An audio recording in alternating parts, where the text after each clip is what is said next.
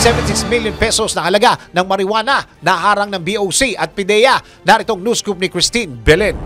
Nasabat ng Bureau of Customs sa tulong ng Philippine Drug Enforcement Agency o PIDEA ang isang shipment na naglalaman ng high-grade marijuana o kush na nagkakahalaga ng 76 million pesos sa Manila International Container Port o MICP. Isinilid sa 5 balikbayan box na galing sa Thailand ang mga iligal na droga. Nakatanggap umano ng tip ang Customs Intelligence and Investigation Service ng MICP kaugnay ng kargamento na may lamang ipinagbabawal na gamot, misdeclared at undeclared na mga item. Sumailalim ang shipment sa physical examination noong Pebrero 27 at dito nadiskubre ang mahigit 60 kilong kush na nagkakahalaga ng 1,200 pesos bawat gramo. Pinapurihan naman ni Customs Commissioner Bienvenido Rubio ang MICP at CIIS sa kanilang dedikasyon sa trabaho at pinaigting na kampanya kontra ipinagbabawal na gamot.